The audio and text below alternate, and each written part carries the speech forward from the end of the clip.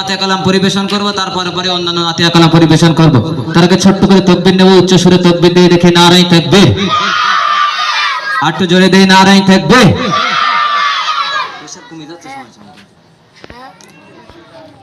দূর মদিনা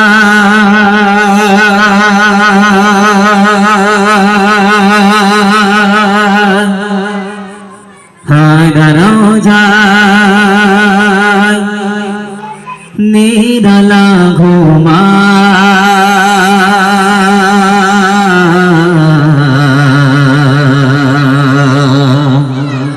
সারঞ্জান দরদ পাঠান সাফিয়ে